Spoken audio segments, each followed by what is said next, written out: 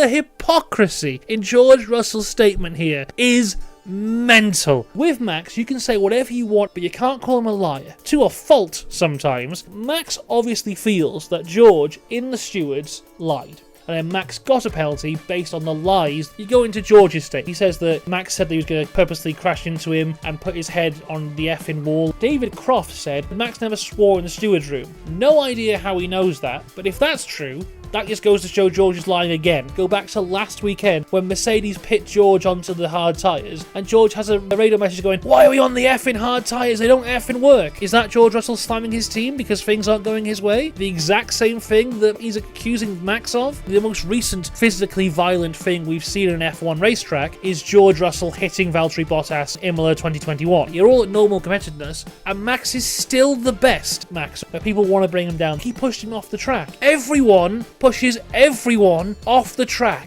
The only reason Maxes are so in the focus, when he does it, it's normally near the front because that's where he is. How many lap 1 incidents did George Russell have last year and got away with it? He says in here, Max Verstappen gets away with murder. Who is the only driver to have community service because he said a swear word in an FIA press conference? It's Max Verstappen. Who was the driver who at the Sao Paulo Grand Prix was on the front row of the race, and when the start was aborted and you're not supposed to drive around the track, they drove round anyway and got away with a fine? It was Russell and Norris. If you think Max Verstappen was on that front row and did that, they'd be talking about disqualifications and race bans. George Russell, earlier this year, crashed by himself and Fernando Alonso get a penalty for it. I'm not saying that Max is perfect. No driver is perfect. George Russell, you've got 3 wins. Max Verstappen's got 4 world titles. You drive at the same time, you're not in the same competition.